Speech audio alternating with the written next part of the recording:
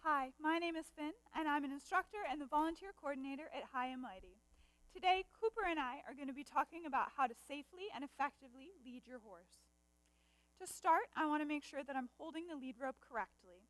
I always want to use two hands so that I have extra control and safety. I want to hold with a little bit of slack in the lead rope. I don't want to hold right up by his face because this could make him claustrophobic and could inhibit his movement. So with some slack, he's nice and comfortable, and he has space to move and fully use his body. Now with the other end of my lead rope, sometimes your lead ropes will be a little bit longer. What I don't want to do is swing my lead rope around, let it drag on the ground. I want to keep it nice and still so that I don't accidentally distract or spook my horse or accidentally trip on any lead rope that's hanging down. If there's slack and I need to fold over my rope to hold it, I want to make sure that I fold and then hold with my lead rope. What I don't want to do is wrap the lead rope around my hand, because if my horse were to spook, this could pull really tight and potentially crush my hand and hurt me. So I fold and I hold. I have two hands. I have some slack. Now it's time to start moving. Good boy, Cooper. You heard me. So our horses are responding to our voice and our energy when we tell them to move or turn. So to get him to walk forward, I'm going to square up my shoulders, look where I want to go. I'm going to move myself, and then I'm going to tell him with my voice, "Walk on, Cooper." And to stop, I'm going to stop my body and use my voice and gently pull back if necessary. Now, sometimes you might get into a situation where your horse plants their feet and doesn't want to move. What to do in this situation is reset yourself by your horse's shoulder and ask again for the walk-on. What you don't want to do is get forward facing him and tugging on the lead rope. This is something we see pretty often, and this is not an effective way to get your horse to move. Because good boy.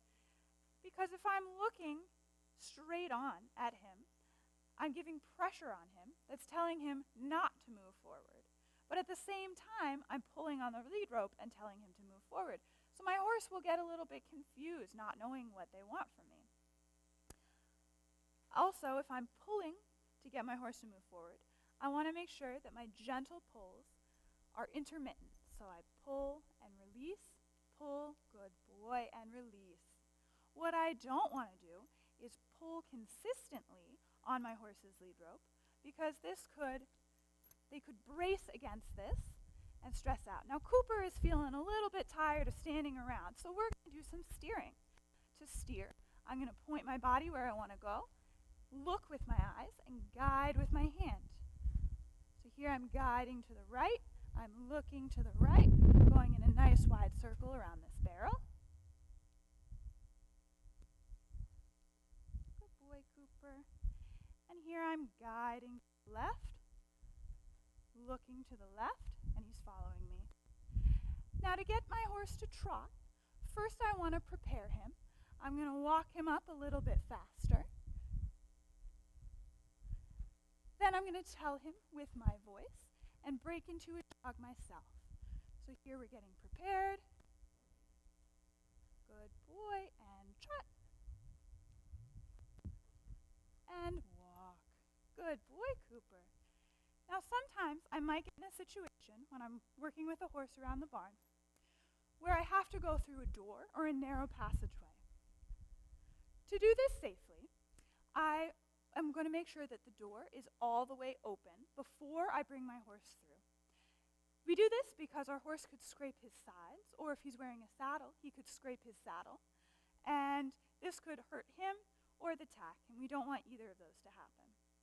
Now, if I come across a door that is so narrow that my horse and I won't fit side by side, I'm going to move out in front of him, then safely return to his shoulder when we're through the door.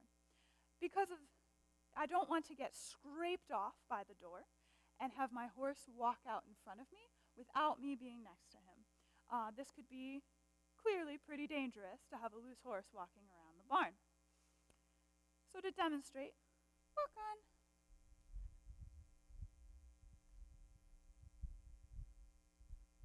I'm going to guide him to the right towards our door. Good boy, Cooper. I'm going to come out in front of him, make sure he gets through, and join safely by his side. And whoa. Generally, this is about the only time that we'll be out in front of our horse. Otherwise, we want to stay by his shoulder so that we can give proper cues and not inhibit his motion at all. Now, you might come to a situation where you have to stand for a long period of time. For example, if you're doing a mount with a rider, and there will be a whole video on this later, or if somebody is checking your horse's girth, etc. Then it might be appropriate to head up your horse. This is where we turn and face towards our horse. And this is giving extra pressure to the horse not to walk on. And in some situations, this is the safest thing to do. Generally, your instructor will let you know if they want you to head up your horse or stay by your horse's shoulder if you're in the woe. This is Cooper, I'm Finn, and this has been High and Mighty's Therapeutic Riding and Driving Center's video on how to lead a horse. Keep an eye out for our next videos. Thanks for watching.